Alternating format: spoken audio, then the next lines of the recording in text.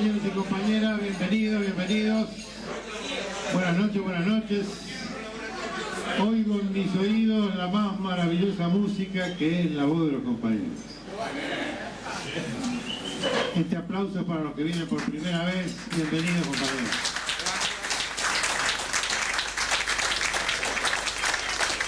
Vamos a decir para el plato. Vamos a decirle a Homero Mansi, que dice: no somos oficialistas ni somos opositores, somos revolucionarios. Homero Mansi.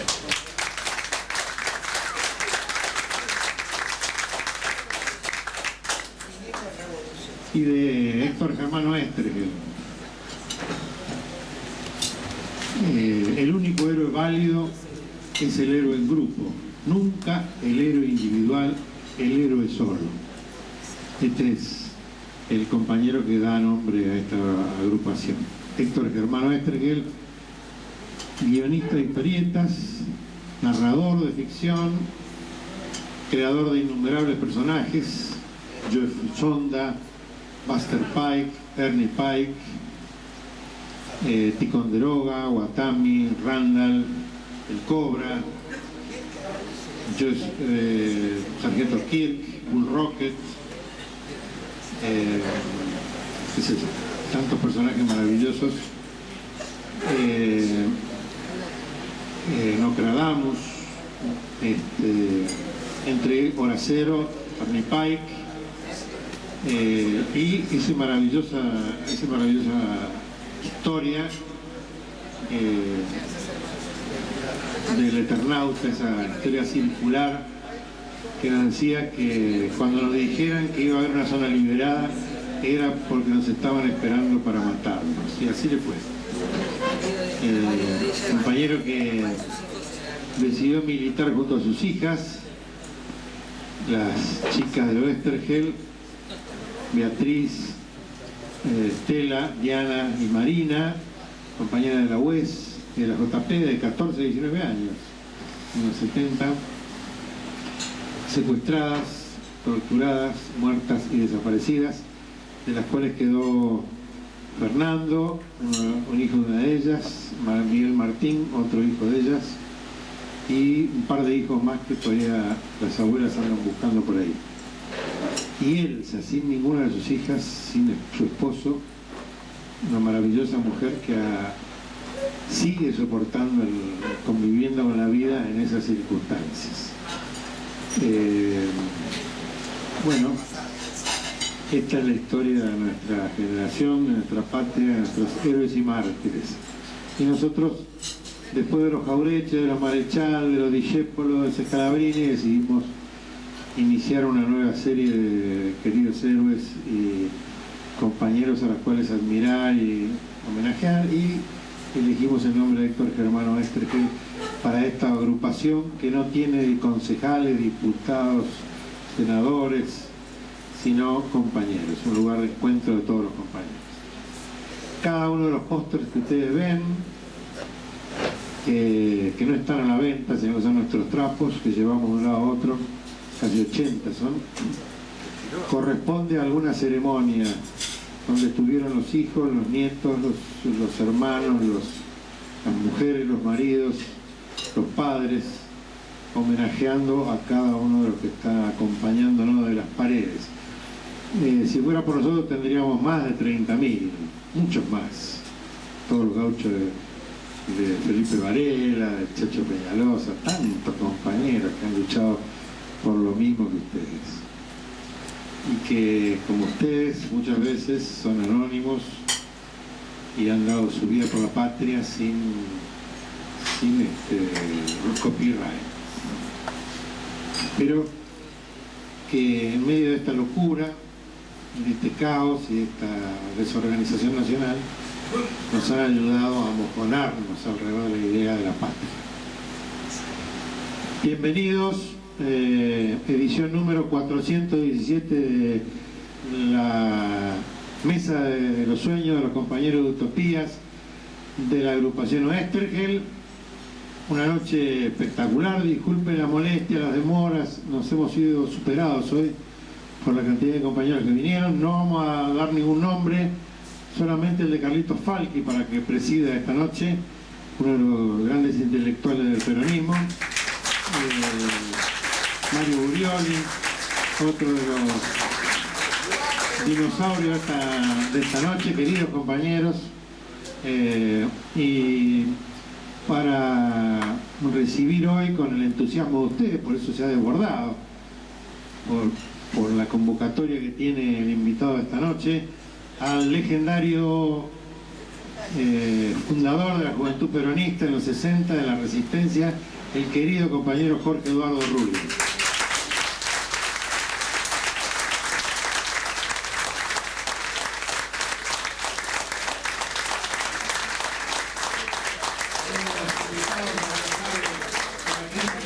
El humo, todo lo que está en juego, y siguiendo las editoriales de su programa Horizonte Sur de la AM de Radio Nacional todos los domingos, que todos seguimos y que lo siguen en todo el país, como muestran los mails y los llamados a los compañeros. Y bueno, para nosotros es un gran orgullo, no es la primera vez que lo recibimos, pero siempre es un enorme placer.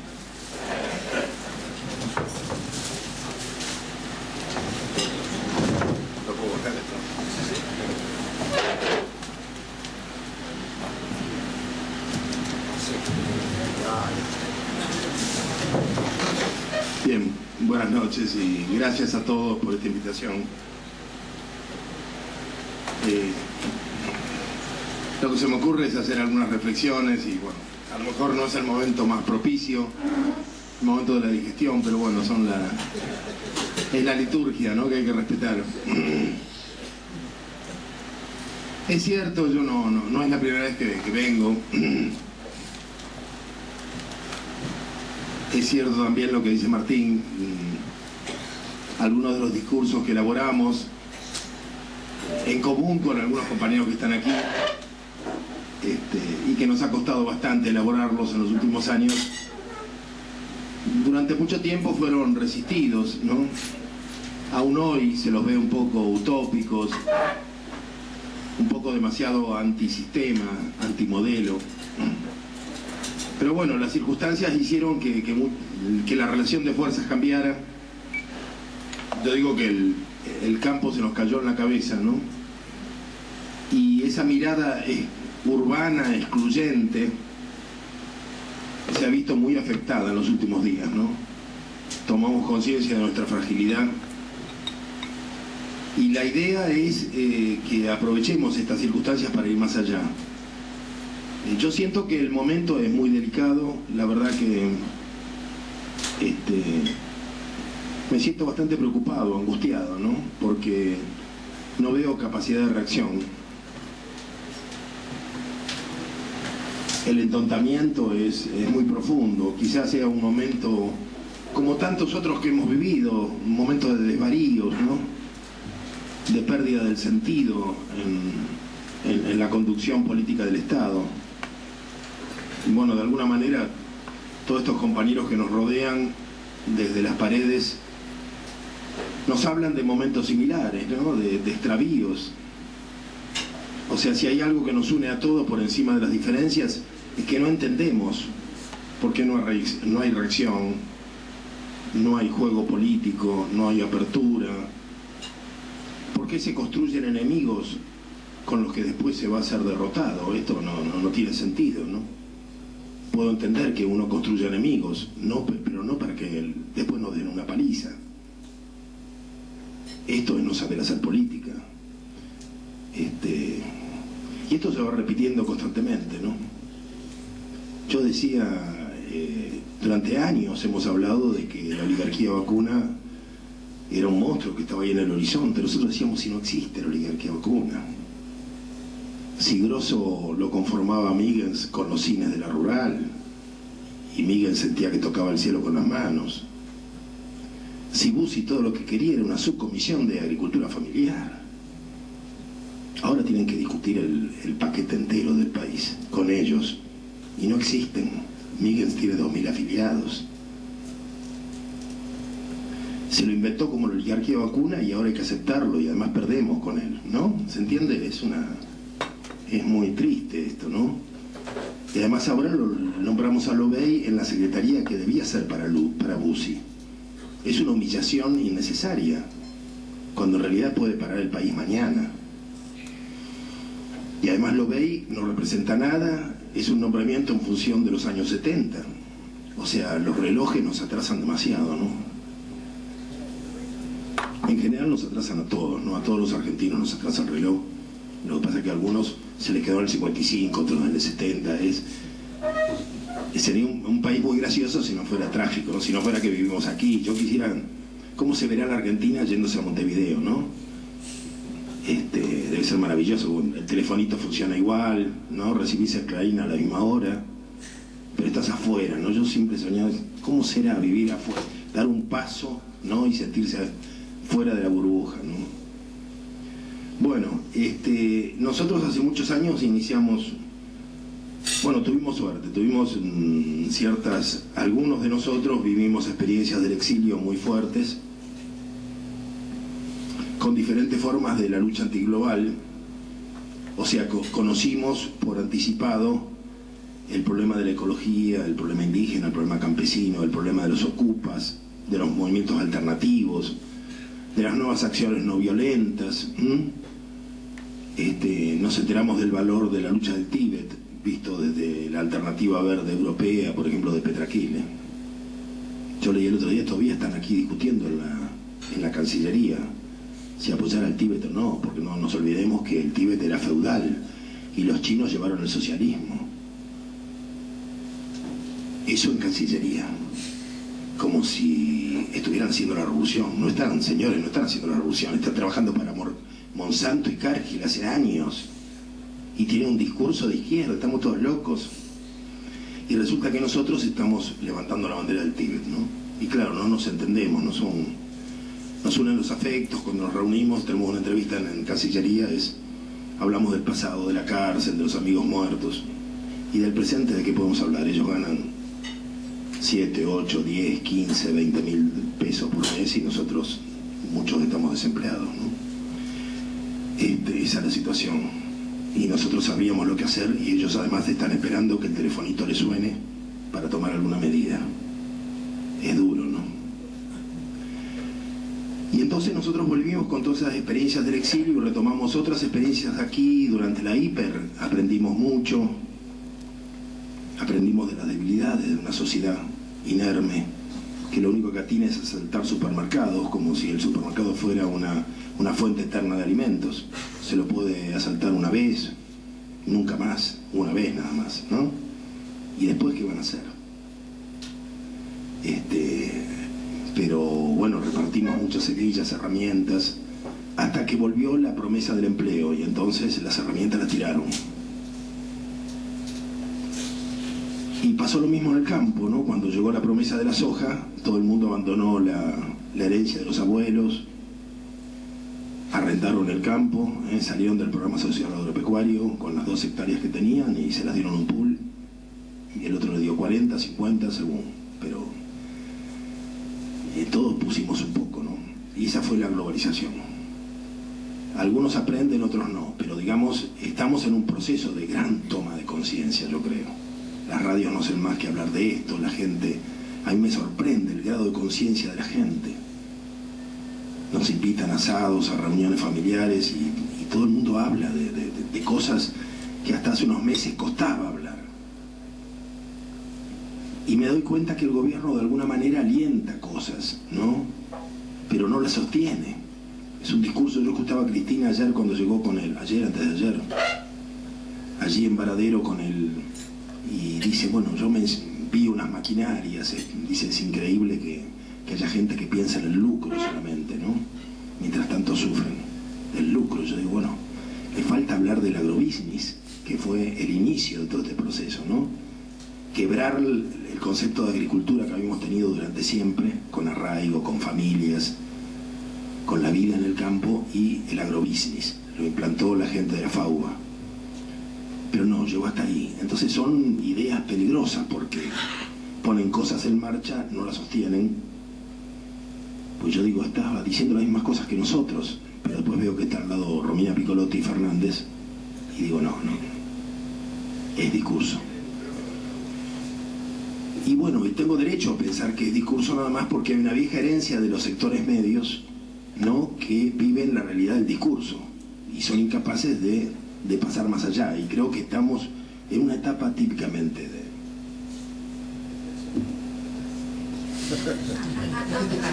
Pensé que me iban a sacar de nuevo.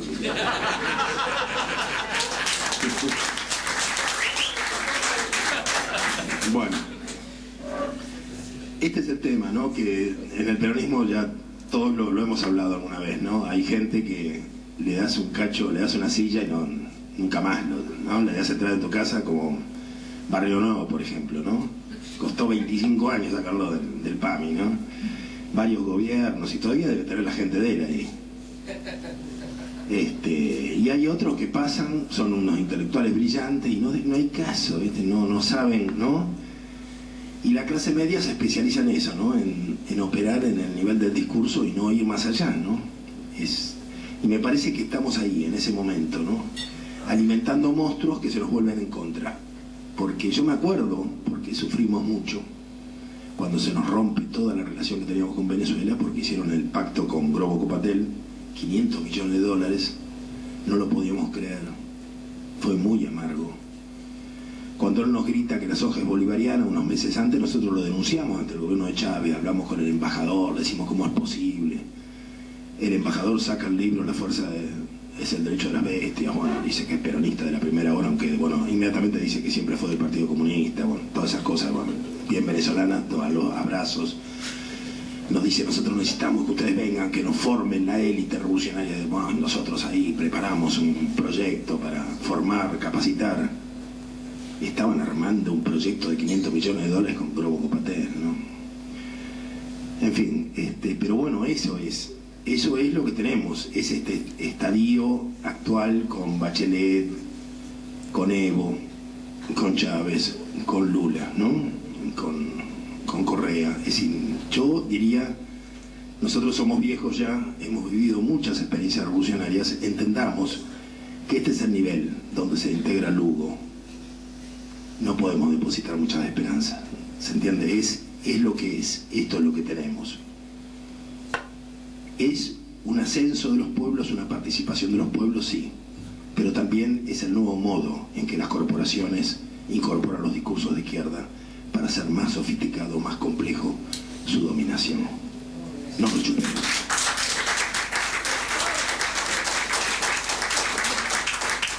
Y es contradictorio, porque no podemos ser como el PO, ponernos en contra.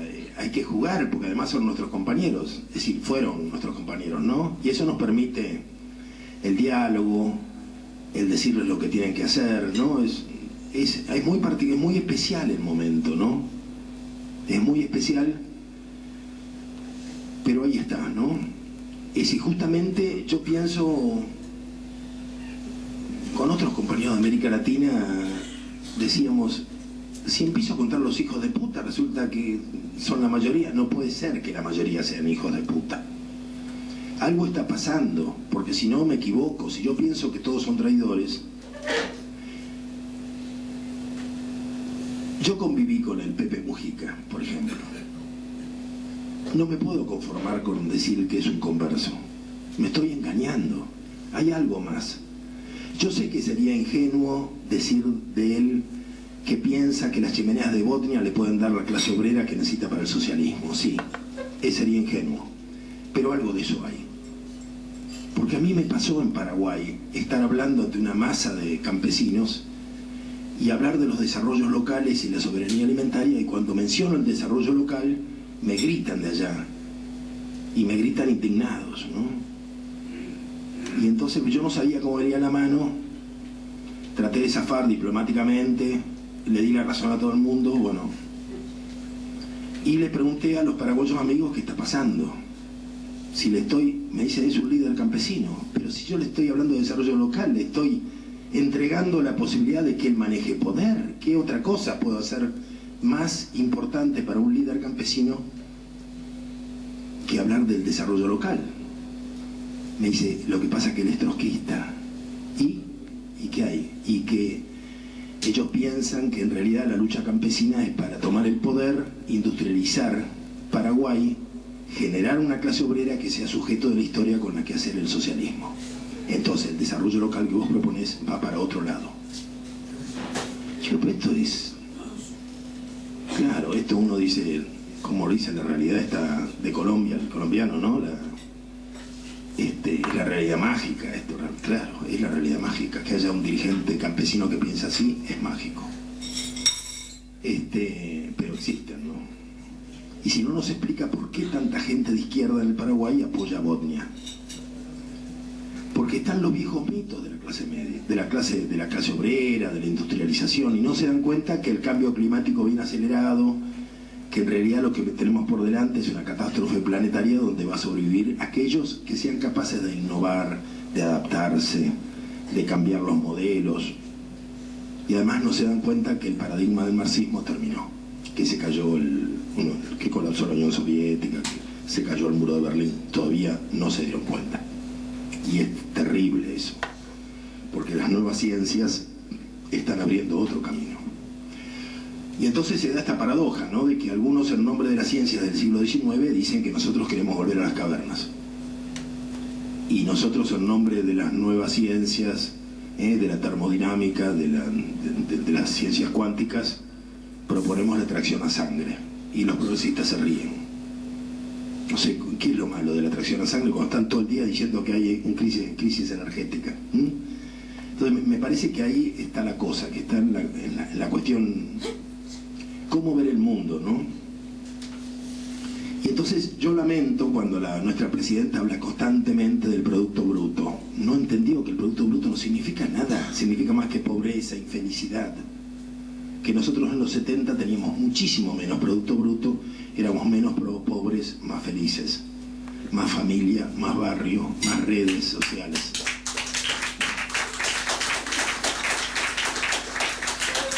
Ahora, claro, cuando uno dice estas cosas, bueno, ¿de qué estamos hablando? No sé si esto es política, no sé, porque estamos hablando de la escala, estamos hablando del Producto Bruto, estamos hablando de qué estamos hablando, de tecnologías. Al final terminamos discutiendo si las tecnologías son neutras, si no son neutras, si llevan una carga, si el poder lleva una carga. Hoy yo estuve con pensadores venezolanos que hablan de la colonialidad del poder. El poder tiene una carga, y esa carga es monárquica, y no lo estoy diciendo por Lupín.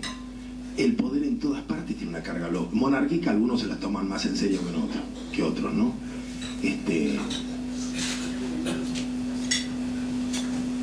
Y me parece que el peronismo, y me refiero a esas hebras de peronismo subsistentes que tienen que ver con el origen del peronismo, no se proponía la toma del poder sino generar poder, ¿no? Y en ese sentido, a mí particularmente me permitió imaginar en algún momento, cuando volví a la Argentina, una utopía que siento que hoy se está dando. Conectar a aquellas viejas hebras del peronismo histórico con las nuevas metodologías revolucionarias de la lucha antiglobal hoy, con las redes contra los árboles genéticamente modificados, contra los hurtos, o sea, las tecnologías Terminator, contra, bueno, todas estas redes de ocupas, de antiglobales, de zapatismo, de campesinos. ¿Por qué no podemos combinar aquello con esto? ¿Por qué no? De hecho, probamos que sí puede mezclarse, porque hay un puente que son las famosas cartas de Perón. ¿Se entiende? Y lo que estoy diciendo me parece que nos abre a nuevos universos, ¿no? Estoy hablando de que si hubo un proceso en el que todos nos embarcamos de alguna manera y que terminó con la caída del muro, lo que hay que hacer es retomar las viejas historias, porque si no estamos perdidos con las nuevas luchas. Y este es un desafío que se puede implementar perfectamente. Y podemos volver a hablar de Getulio y de tantos líderes desaparecidos, de sus herencias y de los nuevos desafíos. Pero hay que aprender quién es Cargill, quién es Bunge, quién es ADM, quién es Dreyfus, quién es Monsanto, y mucha izquierda argentina no tiene idea qué son estas palabras, cree que son marcas de ropa. Entonces, podemos entender que Scalabrini o que otros, que José Luis Torres, interpretaran la ecuación de la dependencia argentina en los años 30, 40 y 50, y no podemos ser capaces de aplicar el mismo método hoy para entender que la Argentina es un país exportador de soja transgénica y de petróleo crudo a cambio de todo el bazar de la China, todo, desde el colador de café a los tornos de primera tecnología y las máquinas herramientas y lo que sea, el glifosato y todo. Esto es la Argentina hoy. Entonces, ¿qué habría dicho Scalabrini u otros? ¿No? Habrían dicho, bueno, acá hay una ecuación. En una época fue carne de vaca y cordero por carbón, por petróleo más carbón, antes de YPF. Esa era la Argentina, carne de vaca y cordero por petróleo más carbón. Ahora, el tipo que lo descubrió debe haber estado años apretándose el sello hasta que, como patriota, encontró la fórmula y todos la empezaron a repetir. Estamos en un momento similar, ¿no? Yo siento que cuando yo volví en el 87 del exilio, bueno, todos mis amigos, los intelectuales del peronismo, decían, bueno, los viejos relatos terminaron, hay una enorme fragmentación de identidades. Bueno, yo también encontré ese discurso que a lo mejor era verdad. Yo no sé si terminaron los relatos, ahora hay otros relatos y nosotros los hemos construido, los hemos sembrado, y todo el mundo está hablando de la republiqueta sojera, está hablando de la agricultura sin agricultores, está hablando de soberanía alimentaria, y son los nuevos relatos, porque los relatos van cambiando, el asunto es encontrar los nuevos. Y yo siento que las hebras de la vieja revolución nacional nos acompañan, nos respaldan, nos dan estímulo. Nos dan estímulo para encontrar esta cosa, estas nuevas profecías, estos nuevos objetivos, ¿no? Y el otro problema del que quería hablarles es algo que me confirmó Eva Alvé hace poco, que yo creo que haberlo dicho, pero estoy tan inseguro conmigo mismo por tantos golpes que nos han dado, tantas palizas, ¿no? Que a veces uno necesita la confirmación de otros. Por esta cosa también que a nosotros en el grupo nos enseñó Ignacio Leuckovic, de pensar en grupo, ¿no? El pensamiento grupal. Acá, yo llegué al 24 de marzo, para mí no fue una derrota, yo ya venía derrotado. Esto me lo planteé muchas veces, cuando el común dice que el 26 de marzo fue una derrota. En realidad veníamos derrotados de antes, y si lo que hubo fue un desgarramiento intergeneracional en los años 70, que nosotros como peronismo no resolvimos, porque del tema no se puede hablar, porque es como que se nos amenaza de volver a caer en los dos demonios cada vez que tocamos el tema, y entonces como que está prohibido. Lo que pasa que esa herida se vuelve a repetir, se repite como un ciclo, porque no está cerrada, y se repite con las nuevas generaciones, que después les echamos la culpa de que no les preocupa el pasado, ¿no? Que no saben nada de nosotros, pero en realidad nosotros no fuimos capaces de cerrar la herida, y eso se hace con amor, con palabras, con ternura política, digamos, que es lo que dice el Movimiento Verde, la ternura política que decía Petraqueño, y que nosotros no la tuvimos, pero podríamos tenerla. Yo el otro día fui a ver, me sorprendió mucho, una obra de teatro de gente joven que se llama Prometeo hasta el cuello. No sé si hasta el cuello o con el agua hasta el cuello, algo así, en el Centro Cultural Conex. Y bueno, es muy impresionante porque ponen a un grupo de militantes de los años 70 en un cuarto, están juzgando a un compañero, pero pasan los años y el grupo sigue discutiendo. Están rodeados por la represión, por la policía, pero ellos viven en una burbuja, ¿no? Y son los mismos, pero el diálogo comienza: vos no te vas a salvar de tus errores, no nos vengas a hablar de los caños que pusiste, que eso ya no importa, ¿no? Empieza y termina como en los 80, en una hora que dura la obra y que a uno lo mantiene, porque los diálogos son de una agresividad y una fuerza que nos obliga a recordar cómo hablábamos y cómo le hablábamos al compañero, ¿no? Y cómo la violencia que habíamos puesto, ¿no? Y por supuesto termina de una manera trágica la obra, ¿no? Hay que verla, yo creo que hay que verla para comprender también cómo nos empiezan a ver los jóvenes, ¿no? Esta generación joven empieza a plantearse, hay que cerrar aquella herida, porque si no seguimos en la misma. Si no, en medio de una crisis que el país se cae porque nos quedamos sin comida, porque iba la doña y le decían 2 paquetes de fideos, o la carnicería cerrada, la lechería cerrada, y la primera reacción del gobierno es nombrar al OBEI. Entonces, claro, es decir, hay necesidad de cuadros, pero vos tenés que ser de Santa Cruz, tenés que haber sido de la Tendencia, tenés que haber estudiado en La Plata, además. Entonces llega un momento, ¿cuántos tenés? Y se te pasa el país para arriba. Y los jóvenes, ¿cómo nos ven los jóvenes? ¿Cómo nos ven nuestros hijos? ¿No? A mí me da vergüenza.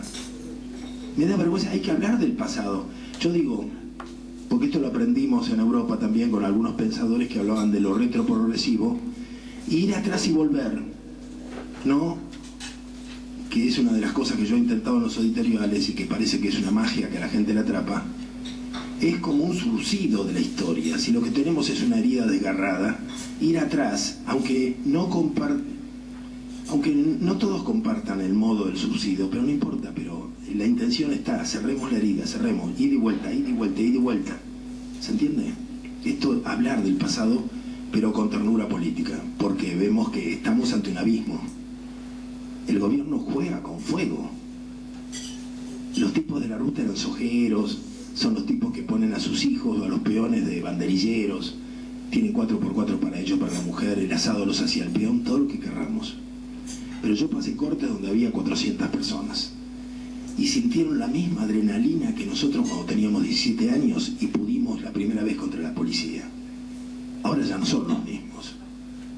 Sintieron el poder, sintieron que pueden. No son tipos que están ganando guita, individualistas, no, ahora son líderes. Y ahora el gobierno les pone captura. Estamos todos locos. Vamos a perder como en la guerra. Porque si el gobierno tiene un discurso, el reloj atrasado a los 70, algunos de ellos tienen el reloj atrasado al 55. Entonces comienza el discurso contra los negros. Es un país de locos, realmente. Es decir, es tan de locos que uno ya no se indigna. Yo no me puedo indignar por el discurso racista, porque estamos todos locos. Porque es tan absurdo, ¿se entiende? Pues si no entramos en la cosa de Delía, que dice, yo odio a los blancos, yo odio tu auto, odio tu culo.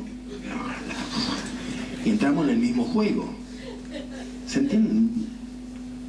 No sé si habrán visto, bueno, yo escuché esto porque, bueno, este hombre lo ha puesto por todas partes y a mis hijos les encantaba el diálogo, así que me lo hicieron escuchar por computadora. Tuve que escuchar todo el discurso de Delía varias veces.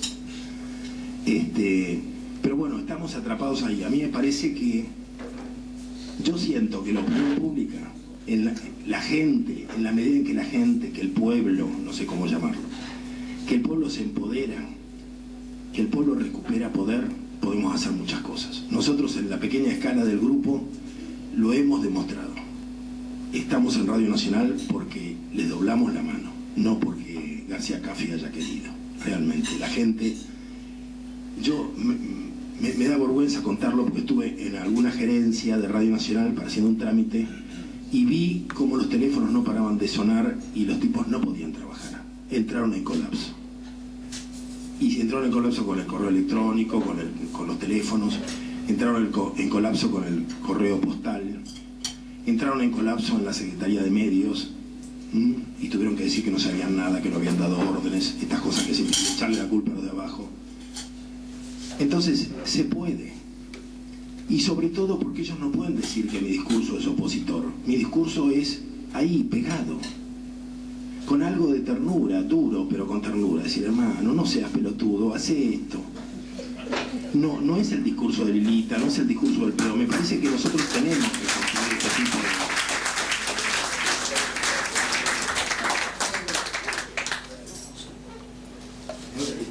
estamos tratando de descubrir nuevas estrategias, ¿no? Es decir, lo primero que te enseña cuando uno lucha es pegate la cabeza pegada a la cabeza del otro, porque si no te viene el cabezazo. Esto es lo primero que me enseñaba mi profesor de lucha. Pegate al otro, vos al lado. Porque en cuanto se separa viene o la patada o el cabezazo. Bueno, es lo mismo, sí, peguémonos. Pero con conducta, ¿no?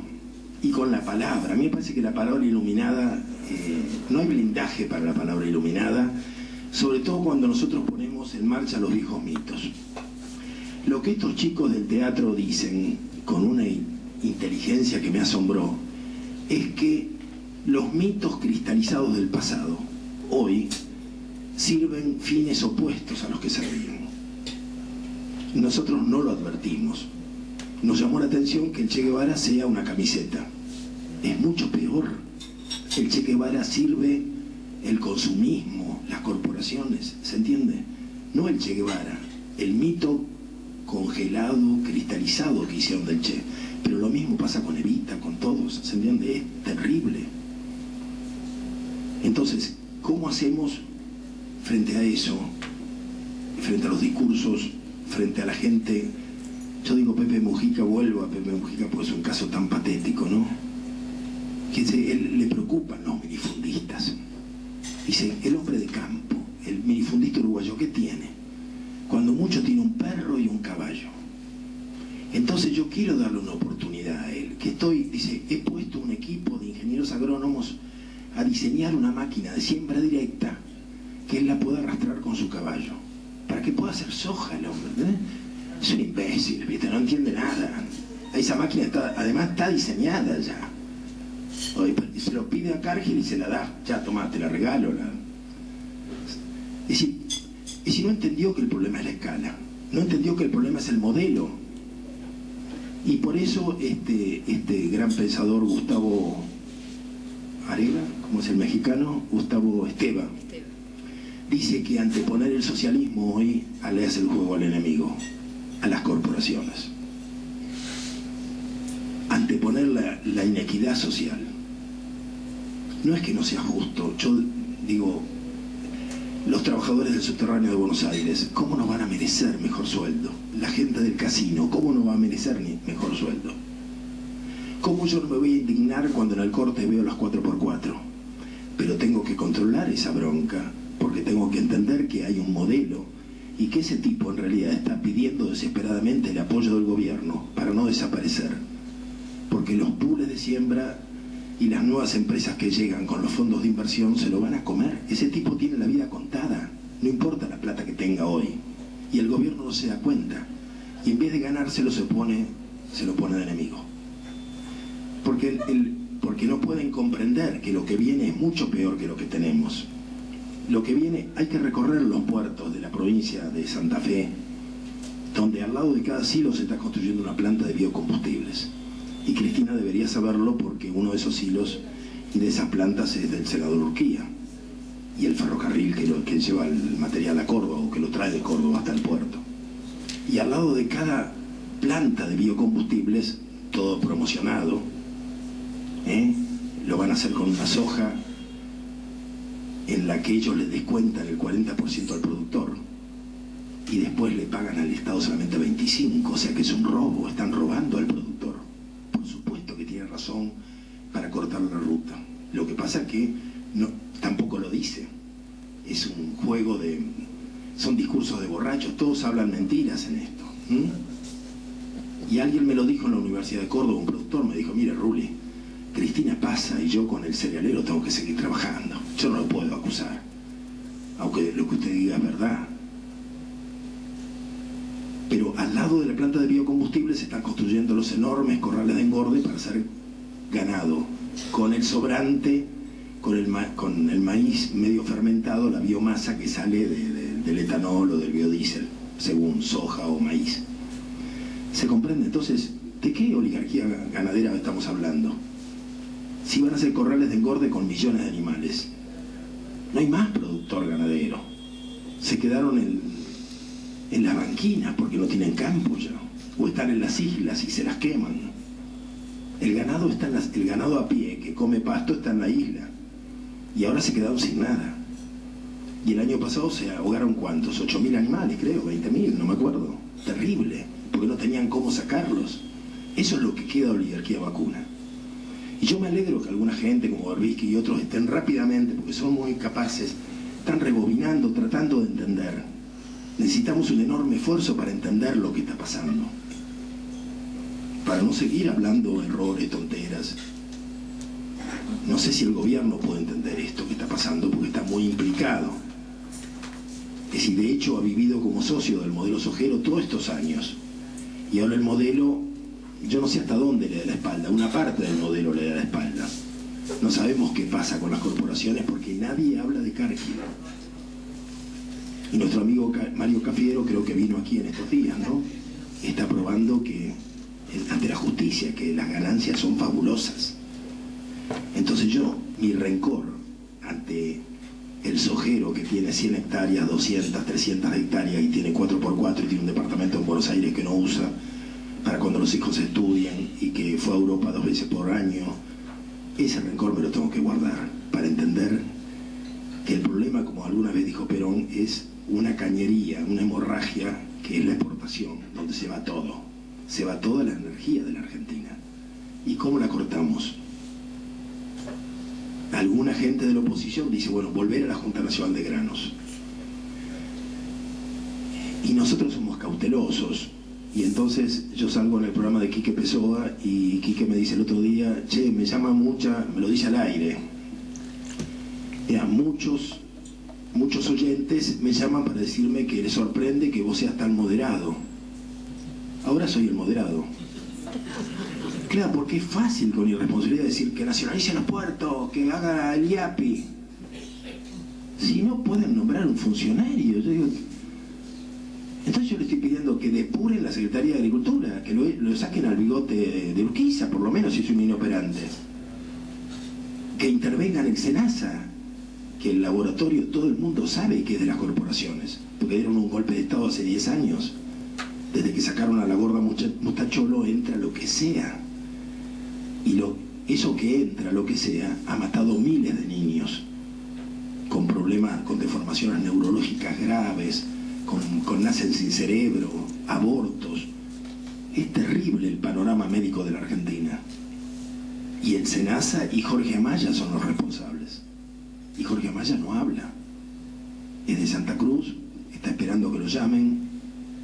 Entonces, yo no puedo imaginar que va a nacionalizar los puertos. Entonces, ¿qué pido? Pido lo posible. Estoy planteando auditoría. Sí, el grupo está planteando cosas que podamos ver. Hay que auditar a Cargill, hay que auditar a Bunge, porque De la Torre hizo una pequeña investigación en Página 12, ustedes lo vieron, es un periodista que piensa, descubrió que Cargill Uruguay factura mucho más que Cargill Argentina. Hay triangulación, están robándole al Estado argentino, están subfacturando. ¿Cómo puede ser que nadie caiga? Sacan a la gente de la aduana y la ponen en no sé qué otro lugar, es el enroque permanente, si tendría que mandarlos en cana. Por idiotas, por incapaces, y no tenemos una demanda fuerte de estos temas. Se entiende que en los encuentros, en los mismos encuentros políticos, los acorralen a los funcionarios diciéndole estas cosas y demostrándole que el común de la gente sabría mejor qué hacer con el gobierno que lo que saben los que tienen un sueldo. Me parece que esto es muy fuerte, cuando la gente le empieza a demostrar al funcionario que sabe lo que está pasando. Y esto lo hemos visto, en alguna época esto se vivió muy claro en Cuba. Pero en la Argentina no sería difícil, porque lo que tenemos es una clase media que piensa. Y yo creo que una vez más, como en los 70, como en el 55, estamos viviendo una batalla por la hegemonía de los sectores medios. Y nosotros no tenemos que despreciar a los sectores medios. Porque nosotros hemos visto los predicadores de la izquierda tonta, banal, con esta cosa de que el chico tiene que avergonzarse de que es pequeño burgués. Antes lo proletarizaban y lo mandaban a la fábrica.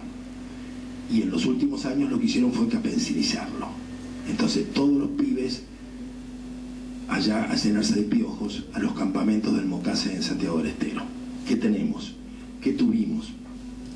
Tuvimos una universidad libre para que la gente de las corporaciones ICIDA armara este modelo. Entonces, a mí me parece que, sobre todo cuando hay un pueblo muy destruido, muy fragmentado, porque el pueblo piquetero, en definitiva, era un pueblo destruido, porque lo único que pedía era aguinaldo de los planes sociales, era un fondo de saco, era un camino sin salida el piqueterismo, al que tantos adhirieron. Era un camino de fracaso desde el primer día.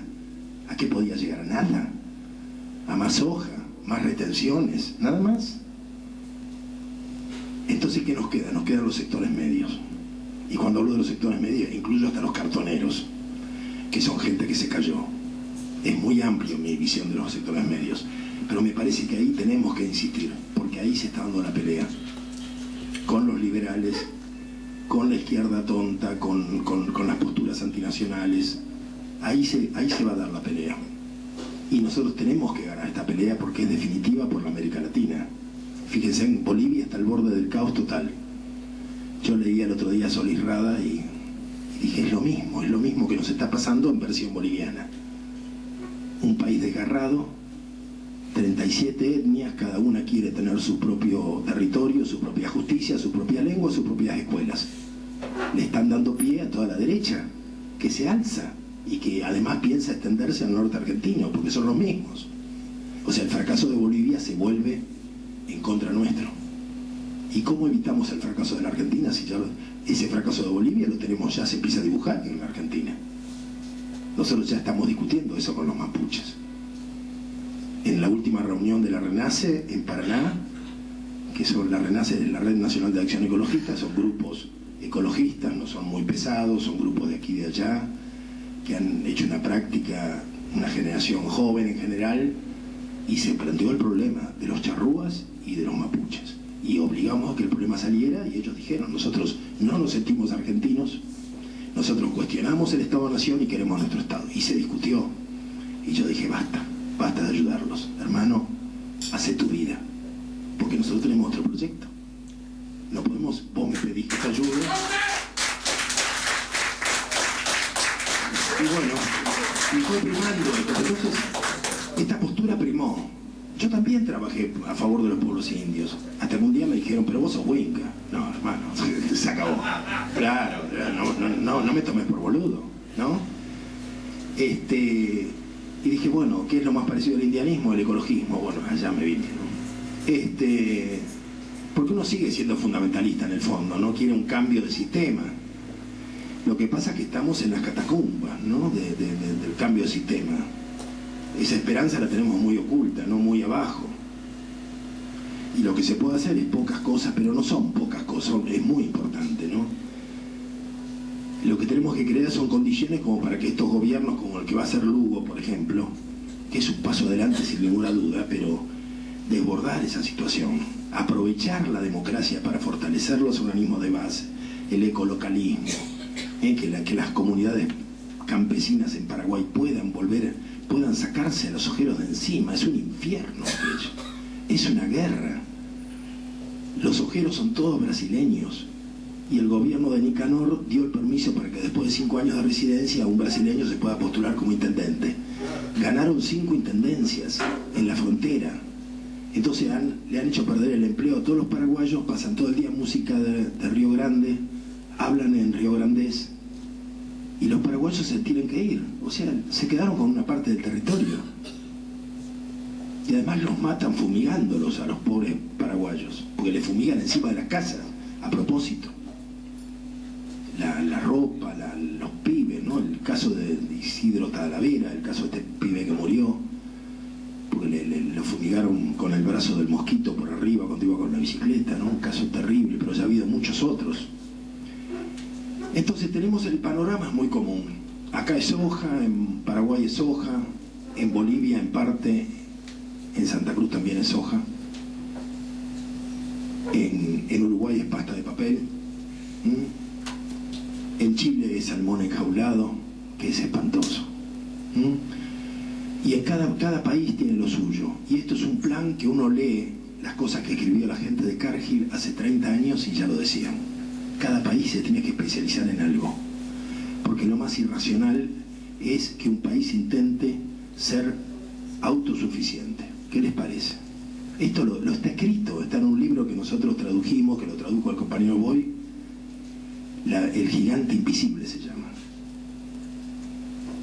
Entonces todo esto fue previsto y esto es la globalización. Y la gente de izquierda en general no puede entender las diferencias entre imperialismo y globalización. Y ahí viene el problema. Porque el imperialismo supone industrializarse para tener la clase obrera, el sujeto de la historia, todas estas cosas que fueron los relatos de una época y que en realidad se cayeron, pero seguimos aferrados, ¿no?, a estos relictos. Y hay que soltarse, porque cuando va al pasado se encuentra que en realidad es más fácil entender la globalización pensando en el Imperio Romano, o pensando en la posguerra europea. Es mucho más fácil entenderlo que pensando en lo que fue la lucha de los años 70. Por eso tiene valor esto que estaba diciendo, recuperar las antiguas posturas patrióticas del nacionalismo popular, que en la Argentina fue el peronismo histórico, y combinarlo con las luchas antiglobales que hoy están conmoviendo al mundo en todas partes, desde los jóvenes, desde los campesinos, desde las mujeres, desde bueno, tantos sectores. Ustedes habrán visto las marchas del Foro Social Mundial, toda esta cosa que nos ha conmovido tanto, todo el movimiento de Chiapas, todo el movimiento de los estudiantes en Quebec, en tantos otros lugares, que en realidad están dibujando un mundo nuevo. Nosotros tenemos una oportunidad porque tenemos un acervo que no tienen otros países de América Latina. Ningún viejo nacionalismo popular sobrevivió, excepto el nuestro. El problema es la herida de los años 70. Si logramos cerrarla con ternura política y con franqueza y con valor, yo creo que podemos darle al mundo un ejemplo, así como hubo un tipo que se llama Parravicini que dijo esto también, no lo estoy inventando yo. Él dijo que la Argentina le va a dar un ejemplo hace muchos años, y era un vidente, ¿no? Ojalá se cumplan, ¿no?, esas profecías. Bueno, gracias por invitarme.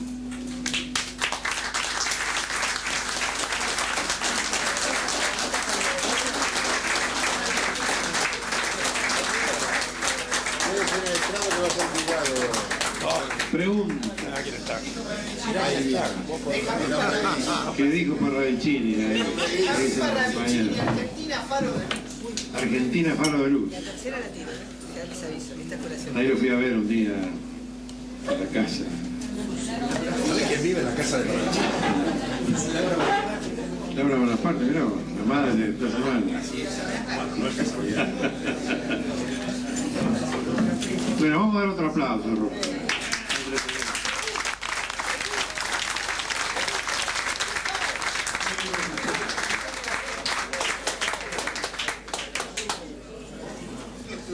Reflexiones a la hora de la milanesa.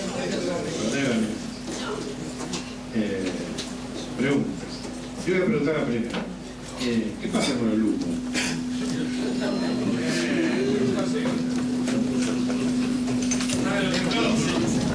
Bueno, ¿Qué pasa con la quemación? apelo a la teoría conspirativa y lo dejo conforme al compañero. Porque ya leí que dijo que era la CIA. A todo, él acostumbra echarle la culpa a la CIA de todo, pero yo la verdad que tengo que darle un poco de razón porque, bueno, son demasiados focos, ¿no?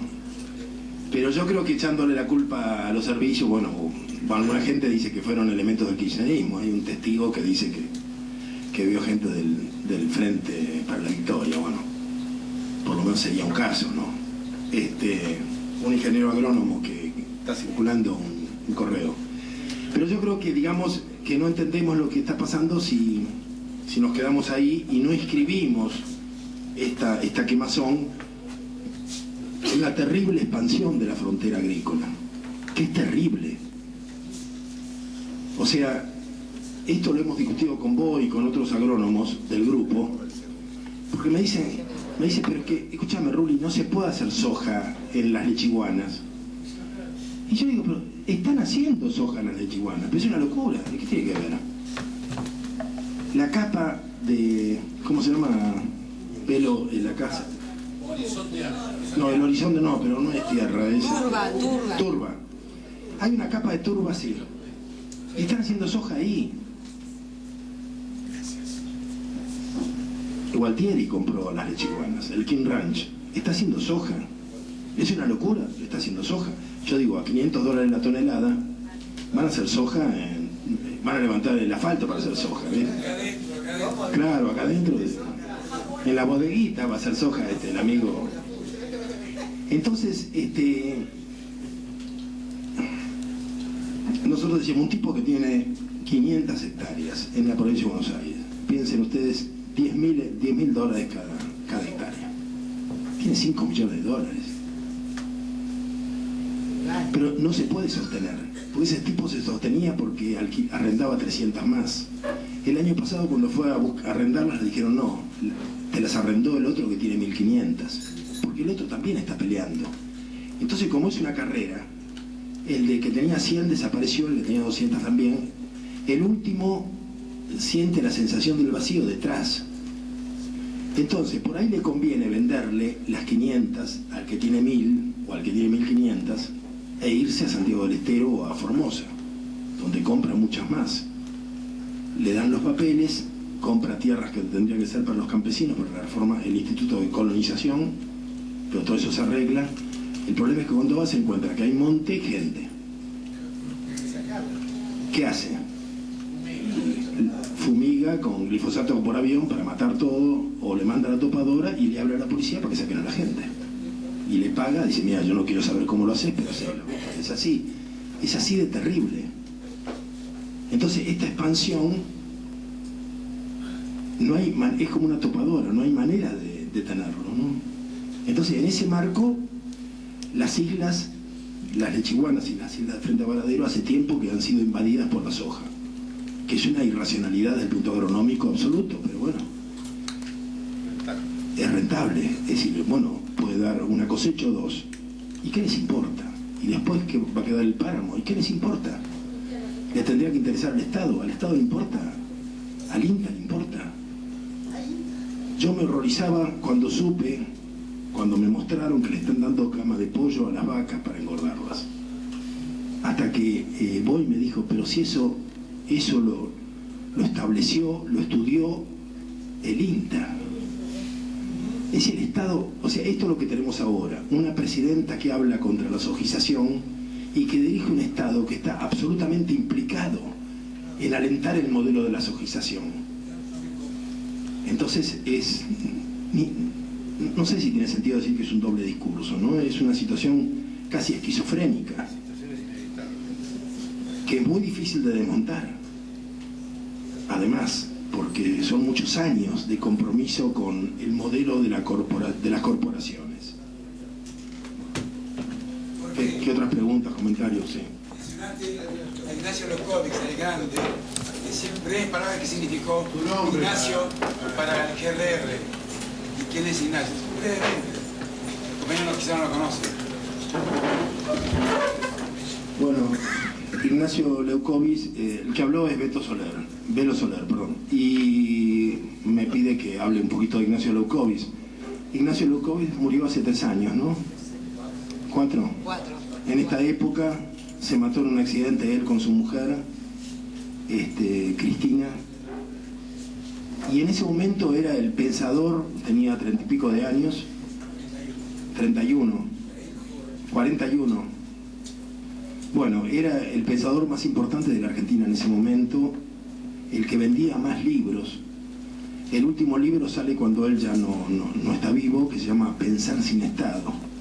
Es un libro que se vendió como, dirían los españoles, como rosquilla, ¿no? Y fue una gran esperanza del pensamiento argentino, bueno, que desapareció.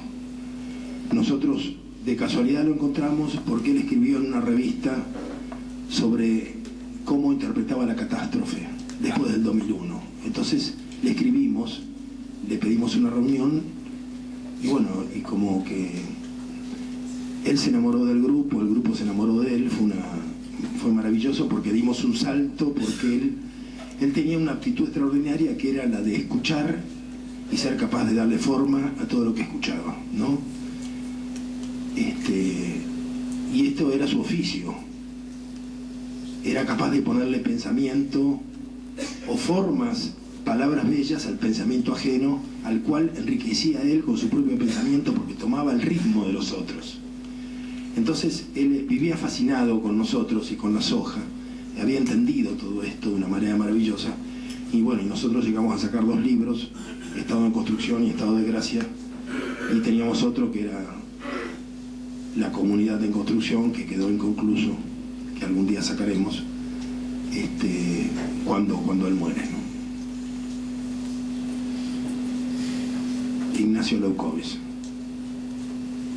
había sido en su juventud del Partido Comunista, se había alejado muchísimo de todo eso, era un tipo realmente abierto. Los cacerolazos del 2001 lo impactaron mucho, lo vivió en Chile, ni siquiera estuvo, pero le cambiaron la cabeza y bueno, a partir de ahí comenzó a pensar sobre esto de cómo se desfondan las instituciones, el desfondamiento de las instituciones y el estado de catástrofe, que no es la crisis. Es mucho más profundo. La crisis son caminos que uno tiene que elegir, desgracia y oportunidad. La catástrofe es otra cosa. Cuando perdiste no solamente la casa, perdiste también las fotos de toda tu vida, como le pasó a la gente de Santa Fe, ¿no? No solamente el televisor, perdieron los documentos y las fotos de sus niños y los documentos de los familiares que habían enterrado y no les queda nada, ¿no? Su historia se fue con el agua, ¿no? Leonardo Cofre. Vos hablabas del gobierno, lo del campo, ¿qué se puede esperar? El campo.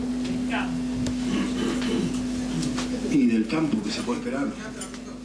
¿Cómo? ¿Qué se puede esperar del campo? Y bueno, no sé, el gobierno no sé qué está esperando, que vuelvan a los cortes de ruta, pero más organizados, y que paralicen el país. No, pero digo como corte una solución. Estás describiendo el problema. Yo no veo solución, porque digamos lo que pasa es que el gobierno abusó del concepto de retenciones. Retenciones es algo que se devuelve. En realidad era un tributo que el gobierno permitió, que era un tributo de exportación que los exportadores le descontaban al productor. Ya esto no es legítimo, pero fue permitido. Ahora se transforman en retenciones porque se negocia devolvérselas al pequeño productor. Ahí sí es retención. Pero el problema es que si vos al pequeño productor que hace soja le devolvés el 40% que le descontó del grano el cerealero, vos le estás confirmando que pueda seguir haciendo soja. Mientras que vos hablas de la sojización, lo estás confirmando en su modelo. Esto es tonto. Y por otra parte, vos sabés que el que se quedó con el 40% a vos te va a dar el 25% de ese 40%. Porque una parte la va a convertir en carne o en biodiesel. Te están robando y lo permiten. Y de esto no se habla, no está en debate. Excepto algunos periodistas que lo han sacado, en general esto es como que nadie entiende. Ahora, yo creo que esta visión urbana excluyente que tiene la Argentina, planeta urbano, que el campo es todo lo mismo, homogéneo, o son unos hijos de puta, o es maravilloso, o se mezcla el campo con la playa, con Mar del Plata, con la Sierra de Córdoba, ¿viste? No se entiende un carajo, pero ahora sí es como que también hay una apertura, la gente está tratando de entender, está abierta, es impresionante como está tratando de entender que no pueden vivirse en el campo, porque el campo cortó la ruta y se quedaron todos sin comida, se cerraron los negocios. Por supuesto que el gobierno podría destrabar esta estrategia, porque bastaría que el gobierno diga: la ley de la dictadura de Onganía, que obliga a pasteurizar con la Serenísima, se anula. Se permiten ferias en todos los puntos de la Argentina donde los intendentes consideren necesario establecerla. Se permite de vuelta la matanza local, como se hacía en todas las ferias, se acabó. el 40% de la fuerza del paro se desinfló, se acabó. Tenemos comida, pues tenemos porque matan, en cada localidad vos tenés carne, quizás se sienta más en Buenos Aires, pero no en los pueblos del interior, todos van a tener comida. Y los desarmaste, pero no son capaces de romper los monopolios. ¿Se entiende? Habría que destrabar ya el mercado central, permitir las ferias y la matanza local y los liquidás, pero bueno, nosotros lo hemos dicho, pero bueno. Compañero, Juan Bosart, la inflación actual calculada seriamente va del 25 al 35%. Calculando que fuese del 30%, pero es 30% en dólares porque el dólar no se mueve. Y si lo calculamos en euros, sería una inflación anual del 40 al 45%. No creo que haya país en el mundo que pueda soportar semejante inflación. Y teniendo en cuenta que las únicas divisas genuinas que ingresan a la Argentina son las del campo, porque las del petróleo, las del gas, las de la minería, las de la pesca no ingresan, esas quedan todas afuera. Estamos viviendo del campo, me parece que la ayuda que necesita el campo del resto de la población es muy grande. Es todo. Bueno, no sé, ¿alguno quiere hacer un comentario sobre esto? Carlito Falqui quería hacer una pregunta. Gracias, hacer un comentario. Lo ven, acompaña lo mismo. Acá el problema es que el dilema sigue siendo el mismo. Liberación o dependencia. El esquema kirchnerista es un esquema de dependencia. Y el esquema de la izquierda también es un esquema de dependencia. Me llamó la atención a un día que me mandan un mail, muchachos de la izquierda nacional, enloquecidos por el proyecto de Sanit, que hay que producir más ganado. Hay que producirlo con Fildot y dándole a comer caca. En un campo de Luján donde el INTA aconseja juntar la cama de pollos, molerla, mezclada con un poquito de maíz o con un poco de desperdicio de soja y dárselo de comer al ganado. Pero eso lo aconseja, no es el INTA, no son marcianos, es el Estado Nacional que lo está aconsejando. O sea, acá no hay política de agropecuaria ni por pasteles. Pero todo eso contribuye a qué? Lo que decís vos, en Luján, en un pueblo de los cerrados de Luján, había un tambero que vendía leche, en Torres. Un tambero que vendía leche, entonces dijeron, no, puede vender leche. Si no, la leche tiene que estar autorizada por la Serenísima. No, porque si no los chicos se pueden contagiar. ¿Qué se puede ver? Todo el mundo le hervía la leche. Y no se había muerto nadie. Lo mismo con los mataderos municipales. Pero ¿cuál es el esquema? Hay que llevarnos a una dependencia total. A que muera el pequeño chacarero y que todos se engorden en los días. Pero vos no querés decir, ¿que el gobierno se da cuenta que puede, con el próximo paro puede caer el gobierno? Yo creo que no, pues son autistas. Ah. Son totalmente autistas. ¿Sabes qué pasa? Vos lo conocés bien la generación hacia el 70. El mismo Cortázar, que un día se entrevistó con muchachos que pedían el reconocimiento de la guerrilla tucumana y dijo, están piantados. ¿No? Y bueno, los tipos salieron de ahí convencidos que Cortázar iba a informar a las Naciones Unidas, que tenía que haber un dictamen en el Competras, de que sí, que había que reconocerlo con fuerza beligerante, porque podían garantizar la paz en su territorio. No podían garantizar nada. Pero acá lo hemos visto, el delirio que tienen. Un día que vino Anguita a hablar, y después de todo un gran razonamiento explicó que la Rabure se había suicidado. ¿No? Entonces, seamos realistas, no podemos negar la realidad. Yo vi un debate de una red a Carlos Casares y él vino a romperla. Vino con sus ejecutivos, la secretaria, y me gritó que la soja era bolivariana y que era el reaseguro de la unidad revolucionaria de la América Latina. Pero yo no le puedo creer. ¿Se entiende? Pero hay gente de izquierda que le cree. O sea, yo no puedo creer esto, ¿no? La campaña a favor de los Fildot de Samit es impresionante. Los muchachos de la Nacional están embaladísimos, por eso no están no sé cuántos millones de cabezas de ganado engordando para hacer hamburguesas de McDonald's. Bueno, hoy creo que la presidenta planteó algo así, ¿no? Tener mucha comida para que la gente coma a través de FITS. Si nos quieren meter ahora el modelo australiano para hacer otro desastre, porque siempre, acordate una cosa, en la plaga mayor que tiene la agricultura en Argentina es el sorgo de Alepo, que ahora lo combatieron con el glifosato. El sorgo de Alepo fue importado en la Argentina por los tecnócratas diciendo que era una pastura ideal, y lo sembraron primero, claro. Después no se lo podía extirpar. Ahora, el problema que yo veo es que con el precio de la tierra, 10, 15 mil dólares cada hectárea, es imposible hacer ganado. ¿Cómo volver a tener carne? Guillermo, por ejemplo, tiene un campo de ganadero y es muy difícil, no cierran los números. Es muy difícil, no cierran los números. Fíjate la de hoy, por ejemplo. Moreno intervino en el mercado y con el cuadro frigorífico no pagan nada más que el precio de referencia. Había cargamentos que eran de carne de exportación para vender a $25 el kilo, sí, en la cuota Hilton. Entonces estos señores lo pretendían pagar $2, $1,50, y no, porque era no era para consumo interno. Porque ganado para el consumo interno se sabe cuál es y se sabe cuál es el que está preparado para la exportación. Pero los frigoríficos siguen. Acá estamos, fíjate que estamos en el mismo dilema de Scalabrini, el problema de Forca. Estamos más atrás, estamos en el dilema que planteaba Lisandro de la Torre. Acá se está quedando con la manija los frigoríficos por la comparsa de la izquierda y del Estado, ¿no? Y ya Martínez de Oz no existe, porque la rural, como decimos, no representa a nadie.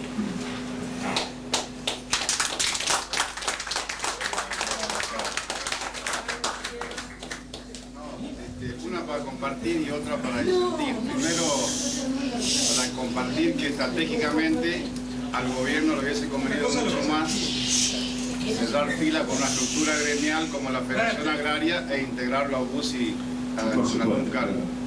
No compartir el hecho de que si de casualidad lo designan a la OEI, no sea un representativo de los sectores de pequeños productores en la provincia y en la región. Que al gobierno le habría convenido comparto. Ganar como aliado a la Federación Agraria, dándole un sector del gobierno, que nosotros en su momento lo dijimos. Lula, cuando Lula asume, nombra a un ministro de Agricultura Familiar y después lo nombra a Rodríguez como ministro de Agronegocios, de Agricultura, pero que es un hombre de los agronegocios. O sea, que haya un ministro de Agricultura Familiar, a Lula no le impidió convertir a Brasil en un país de agronegocios. O sea, esto, digamos, le iba a dar un nicho nada más, pero el nicho que estaba pidiendo Bussi en realidad legitimaba el modelo, pero no fueron capaces de ceder un nicho. ¿Se entiende? No. Es una mezquindad de una torpeza tremenda, porque Bussi, desde una subcomisión o subsecretaría de Agricultura Familiar, no iba a revolucionar nada, iba a defender su propia base, ¿no? No mucho más. Sí, a mí me interesaría, porque la coyuntura yo creo que es extraordinario lo que está pasando en la Argentina. Yo soy de la generación, muchos no me conocen, muchos me conocen también. Juan Alé, militante casi 30 años del peronismo, pero de la generación no del 70, porque uno no nace cuando quiere, sino cuando puede. ¿Se entendió? Entonces, es un tema filosófico. Yo a veces recibo tus mails, me encantó, vine nuevamente, hacía mucho no vine al oeste por Jorge Rulli. No solo el mito, la realidad de la leyenda que somos militantes del peronismo. No de un peronismo que dice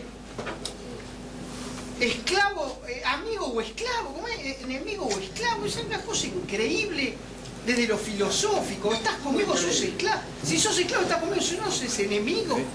¿De qué valor de doctrina, de fundamento de lo que es el peronismo, ¿no? Compadres peronistas. Yo siempre le decía acá, en la antesala de mi papá, Perón para nosotros es nuestro abuelo. Y al abuelo no se lo toca con sus errores, sus defectos, es nuestro, es nuestro. Yo no soy hijo de Perón, somos nietos de Perón.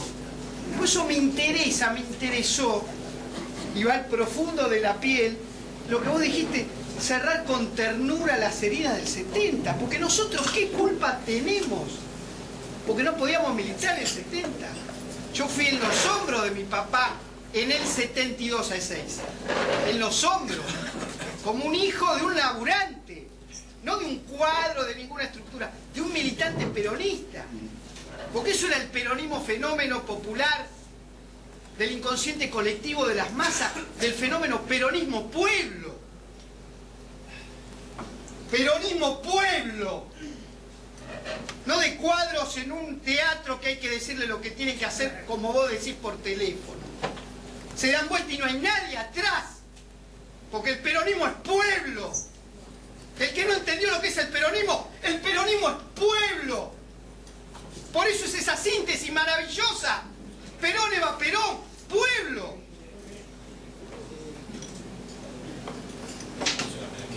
Disculpa, Martín.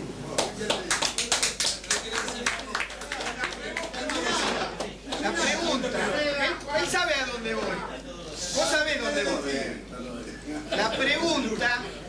La pregunta es cómo cerrar con ternura las heridas del 70, que dijo el compañero Rubio.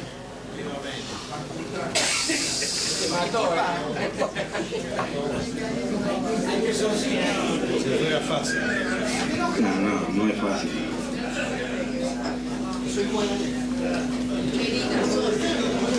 Yo creo que a mí no me gusta que nos pidan soluciones, ¿no?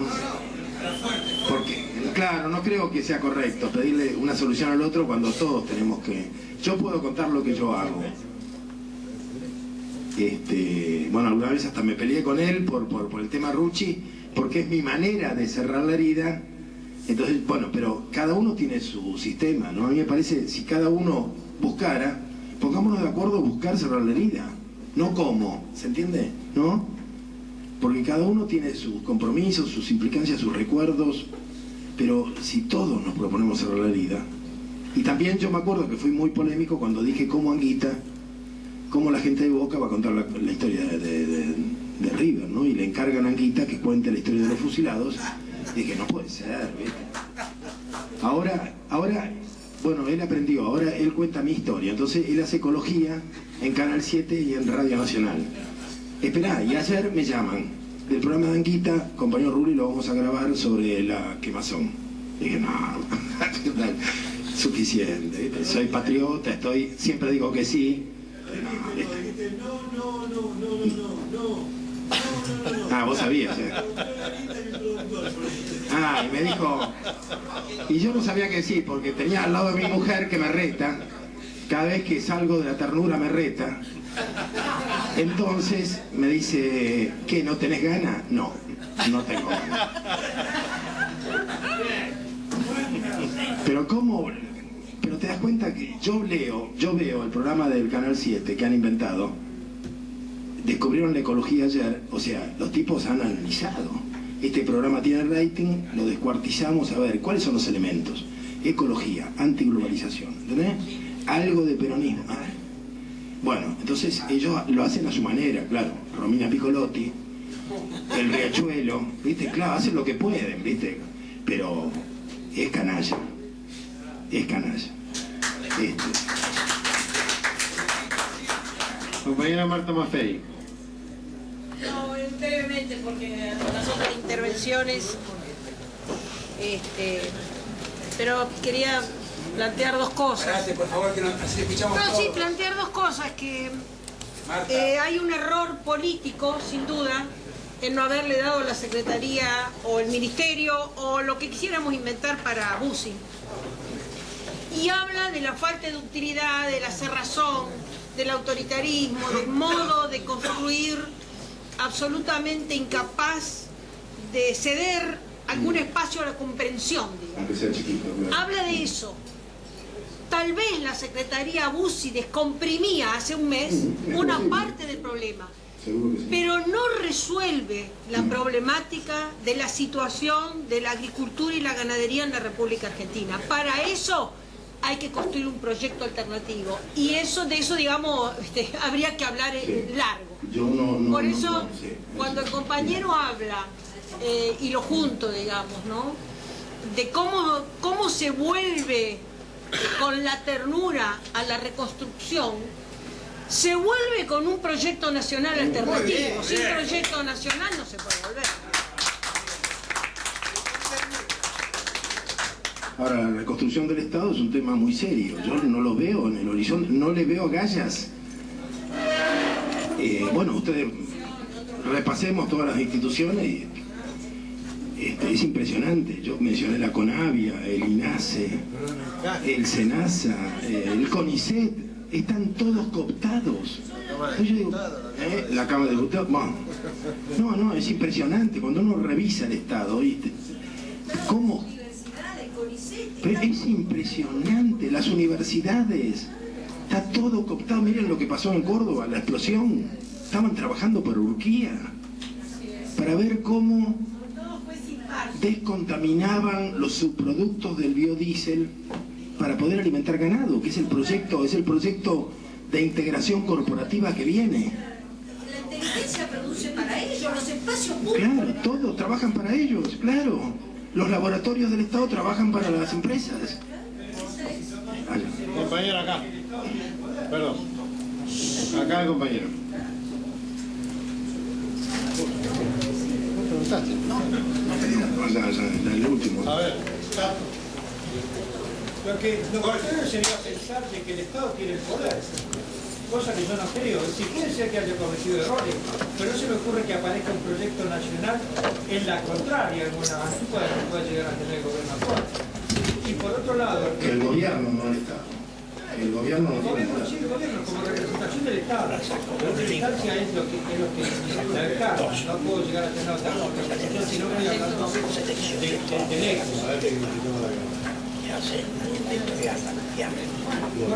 Pero digamos, pero si todos reiteramos esto, que hay que reconstruir el Estado, recuperar un rol del Estado, depurar las instituciones, ¿ustedes no creen que podemos tener algún éxito? ¿Qué pasa si esto... Yo una vez me acuerdo que yo llegué a la casa del viejo Marcos y estaba triste, ¿no? Porque realmente las cosas iban tan mal. Y el viejo me dijo, decía una cosa, ¿no te parece que todo el mundo dice que esto se pudre? Y sí, todo el mundo dice lo mismo. Ahora decía una cosa, dice, cuando millones de tipos golpean a mí y dicen, esto se pudre, esto se va a la puta que lo parió. Y se va a la puta que lo parió. Pero esto no lo inventé yo, lo inventó la iglesia. Cuando había un montón de monjes orando y las cosas cambiaron. Claro, cada ciudad tenía un monasterio con gente que oraba. Bueno, esto es lo mismo, nosotros ahora oramos a nuestra manera, si decimos necesitamos Estado, necesitamos proyecto nacional, repitámoslo hasta el cansancio, escribámoslo en la pared. Esto no, porque parece que se es oficialista chupa media o se es opositor. A mí no me cabe ninguna de las dos. Yo quiero mi país, no quiero un puesto, quiero que hagan estas cosas de tener un proyecto nacional, tener una política agraria. Que se equivoque, pero que no tienen ni nada, van a los bandazos. Bueno, reclamemos, pero digamos todo, millones de voces, hagámoslo sentir. Sí. Yo no voy a conseguir igual de antes, ni más allá de cualquier alternativa. ¿Por qué no? Si son dos proyectos distintos. Si esta es la cuestión. Si yo no tengo por qué ponerme en contra de mi gobierno, si un gobierno, un proyecto de gobierno. Mi gobierno, sí, mi gobierno. Sí, señor. No, deja aquí. ¿Quién pidió la palabra? Tanto, no quise ir acá, compañero. A ver, Tanto. Tres cositas. Me voy a parar porque voy a parar.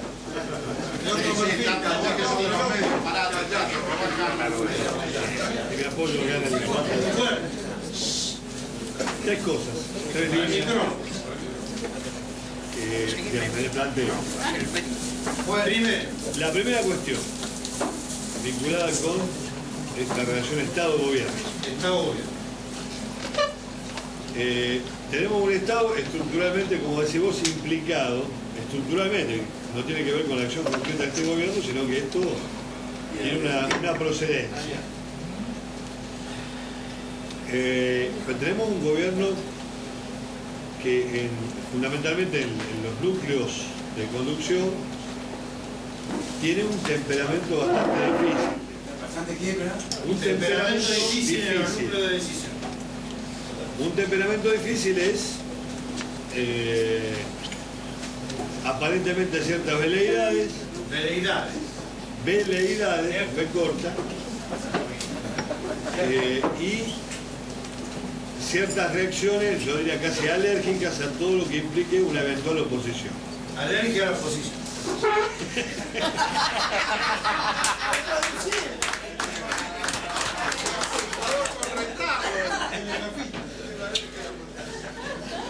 No sé cómo laburé 25 años en radio si nadie me entiende un carajo.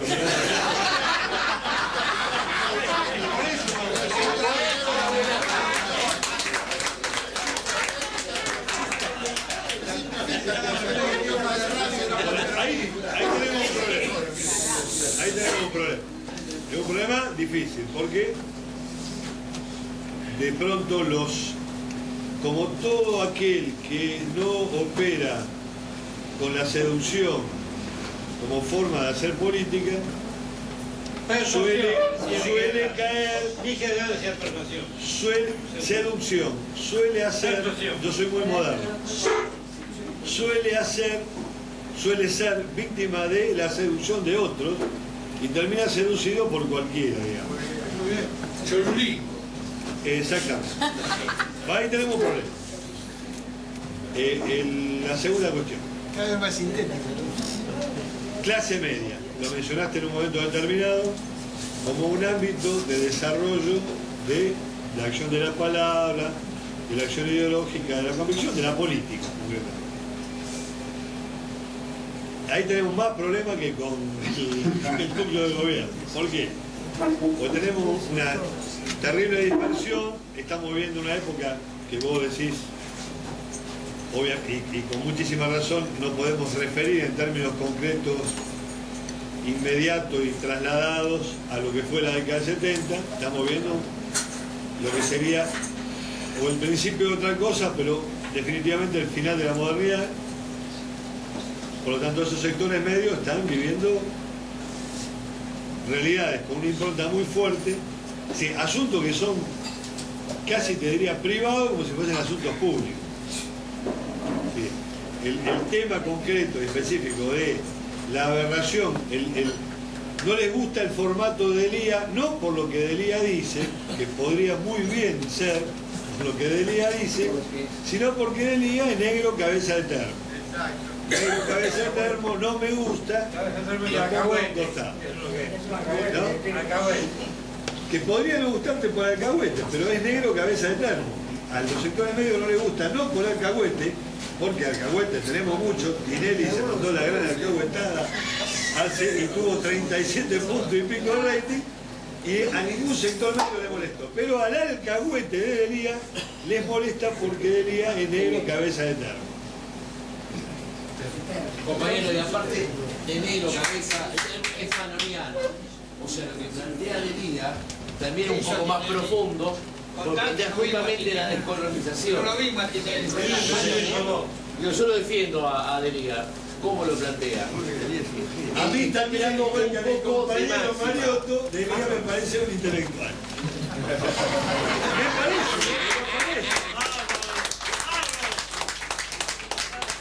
Fundamentalmente si lo comparo con Bonelli, ¿no? Quedaría bueno, claro. Pero segunda cuestión es esto, sectores medios de difícil acceso. Tercera cuestión, que planteaste hoy. La militancia política. La militancia política del sector del nacionalismo posible, del nacionalismo popular posible, que de alguna forma el compañero, muy efusivamente que está allá, compañero. Juan Ale. Recordalo. Juan Ale. Nacionalista popular y revolucionario. Exactamente. Lo entendí. Soy nacionalista popular y revolucionario. Soy peronista. La estructura de lo que sería la potencial posible militancia, disculpame Ale, proto-militancia si querés, con muchísimas dificultades para comprender lo que vos decías, el esfuerzo de comprender. 1, 2, 3, Jorge Rulli, estamos hasta las manos.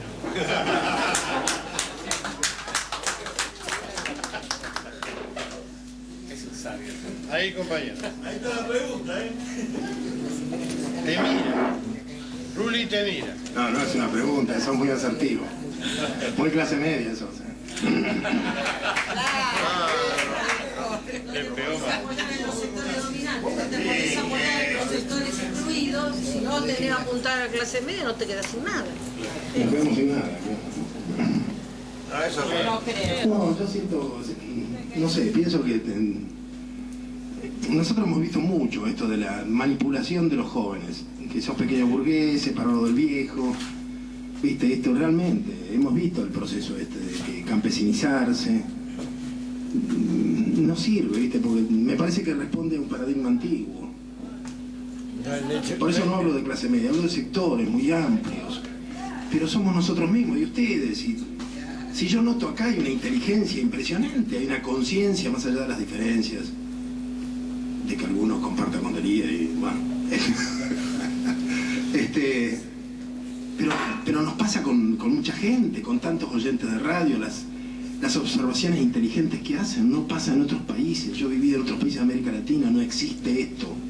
No existe en el mundo esta clase media. Que hay muchos que son liberales, sí, por eso hablo de dar una batalla. Pero hay que saber dar la batalla. Me parece que no es al estilo con las cachiporras del año 44-45, es otra. Bueno, veámoslo cómo, pero tenemos que ganar. El que gana la clase media se queda con el país. En el mejor sentido, estoy diciendo. Mientras que la izquierda cree que el que se queda con los piqueteros, y terminó siendo una sopa de letras el piqueterismo. No pasó nada. Y entonces inventamos esto de cacerola y piquete, la lucha es una sola. Todo mentira, ¿viste? No pasó nada. Estamos perdiendo la clase media rural. Me parece que tenemos que dar esta batalla. Es decir, con el rol del Estado, proyecto de país, amplitud, ser amplios con la clase media y poner la cosa patriótica y la cosa popular de nuevo sobre sus pies. No, mi pregunta es en el mismo sentido, de decir que ¿qué pasa con la clase media?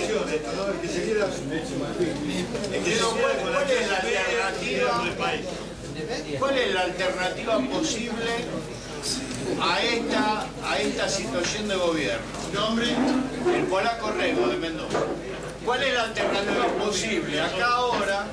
No, la alternativa posible es que tengan que aceptar de nuevo, por ejemplo, bueno, dicen que, ¿cómo se llama? Martín Redrado va de ministro, lo sacan a Lustó, y volverá a Urquía en un puesto notable en el Senado, y Grobo Copatel de vuelta a entrar en... Eso es. Acá lo que viene en forma implacable...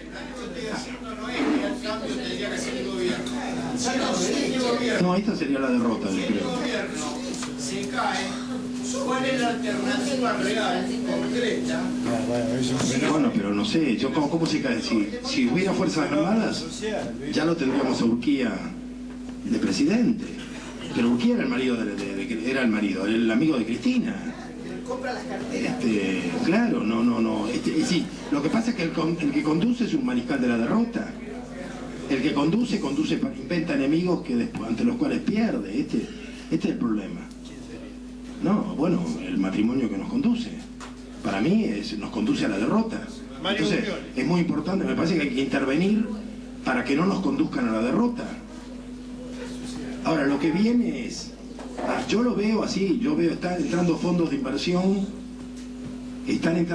inversión, comprando campos a lo loco, demoliendo los antiguos cascos de estancias, están construyendo plantas de biocombustible y se empieza este año a producir biocombustible. Está evidente lo que viene es eso y más feedlot. De alguna manera es lo que propone Cristina. Y nos vamos a enfrentar con los pequeños ojeros en una batalla que no queda claro qué estamos peleando. ¿Se entiende esto? Mario Uriol, espera. Una pregunta. Espera, Mario Uriol. Estoy esperando. Mario Uriol. Y acá, varias veces, yo he visto distintas valoraciones. Los compañeros dijeron mi gobierno. Este no es mi gobierno. Es el gobierno de Argentina, pero no es mío. Yo lo voté, pero no es mío. No responde a los intereses de los voté. ¿Cómo hacemos todos los viejos peronistas, como vos, Martín, como Jorge, como Pablo, como acá, para recuperar el pensamiento histórico del peronismo con la nueva lucha que decíamos, y tomaba en cuenta lo que está vigente hoy? Tomando en cuenta los necesidades de la patria. La patria necesitamos entonces, saber a dónde vamos. ¿A dónde vamos? Yo no soy quien para decir dónde vamos. No sigo más a nadie a dónde vamos. Seguir a General Perón como todos ustedes, pero no estoy dispuesto a seguir a nadie más. A nadie más. Creo que situación de emergencia y decimos todos hasta dónde queremos ir. Y este gobierno llegar utópicamente a decir cada uno de a dónde vamos, yo estoy dispuesto a discutir. Pero no nos va a decir, porque Néstor y Julio de Vido hacia dónde van. Porque a dónde van ellos, van a sacar las ventajas materiales. Nosotros en la lucha de los 70 y los 60 somos sesentistas, como vaya acá, somos porque sesentistas y los sesentistas empezamos a pelear por la sociedad patria y la sociedad del pueblo. No ganamos. Estamos acá, la patria sigue siendo chica y el pueblo sigue siendo infeliz. Yo agrego lo que dice el compañero, muy breve. Perdón. Mario Urioli, la paz del pueblo sigue siendo feliz. Última pregunta. Hay otras, pero vamos a ir al cierre, ¿no? Agrego lo que dice el compañero. Agrego lo que dice el compañero y a lo que dijo último Jorge, antes, a que dijo Jorge, que no somos ni oposición ni oficialistas. El GRR, el Grupo de Reforma Nacional, intentamos construir pensamiento nacional. Intentamos. Y bueno, y acá el líder, según Martín, bueno, piensa, es un pensador y tiene un muy buen pensamiento, claro que sí, sin ninguna duda. Yo soy un soldado, el GRR, pero bueno, intentamos construir pensamiento nacional.